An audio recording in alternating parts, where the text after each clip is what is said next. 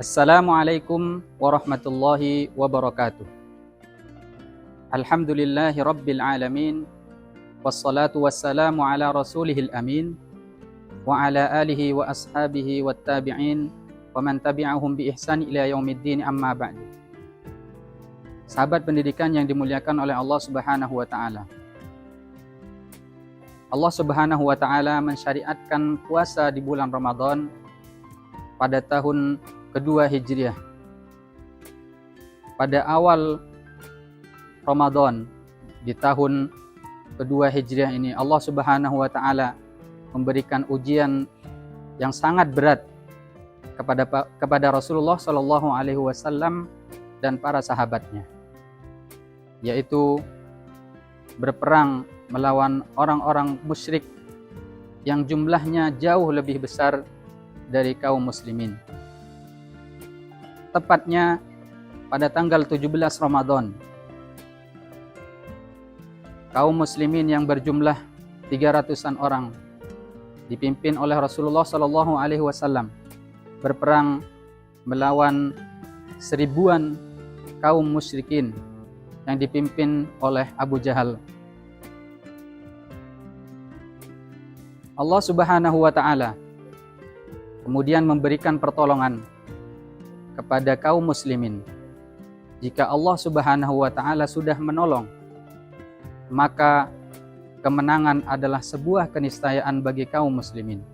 Allah Subhanahu wa taala berfirman, "Wa laqad nasarakumullahu bi Badrin wa antum adillah, fattaqullaha la'allakum tashkurun." Sungguh Allah Subhanahu wa taala telah menolong kamu padahal kamu sedang lemah. Maka bertakwalah kepada Allah Subhanahu wa taala agar kalian mensyukuri Allah Subhanahu wa taala. Pelajaran yang bisa kita ambil dari peristiwa perang Badar ini, yang pertama adalah puasa bukan alasan untuk bermalas-malasan. Kita tahu bahwa perang Badar ini terjadi di bulan Ramadan, yang artinya kondisi kaum muslimin dalam keadaan berpuasa. Tetapi hal itu tidak menyurutkan spirit dan semangat kaum muslimin untuk berperang menegakkan agama Allah Subhanahu wa taala. Yang kedua adalah berdoa, selalu berdoa kepada Allah Subhanahu wa taala. Di saat perang sedang terjadi, Rasulullah Shallallahu alaihi wasallam yang mungkin kita tahu beliau adalah seorang Rasul yang doanya tidak akan ditolak oleh Allah Subhanahu wa taala, tapi tidak membuat Rasulullah Shallallahu alaihi wasallam santai. Tapi Rasulullah Shallallahu alaihi wasallam berdoa. Bahkan Rasulullah Shallallahu alaihi wasallam sangat sungguh-sungguh berdoa kepada Allah Subhanahu wa taala agar diberikan kemenangan. Hingga Abu Bakar pun iba melihat Rasulullah Shallallahu alaihi wasallam bersujud sangat lama, berdoa dalam sujudnya sungguh-sungguh dan sangat lama sekali. Yang ketiga, bertawakal kepada Allah Subhanahu wa taala.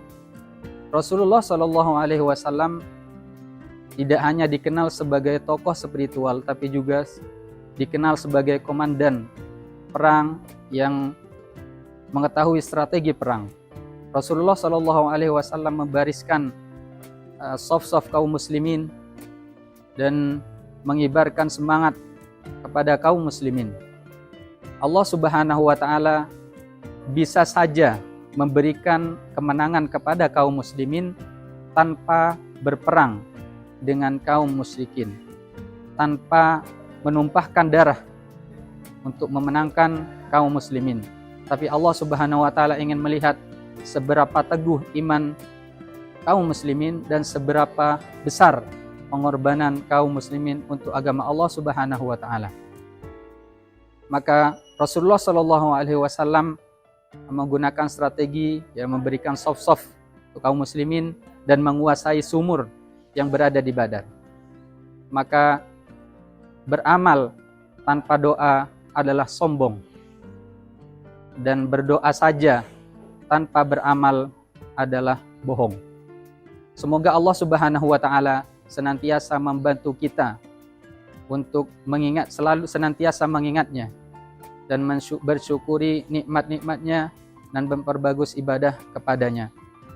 Ihdinas siratal mustaqim. Assalamualaikum warahmatullahi wabarakatuh.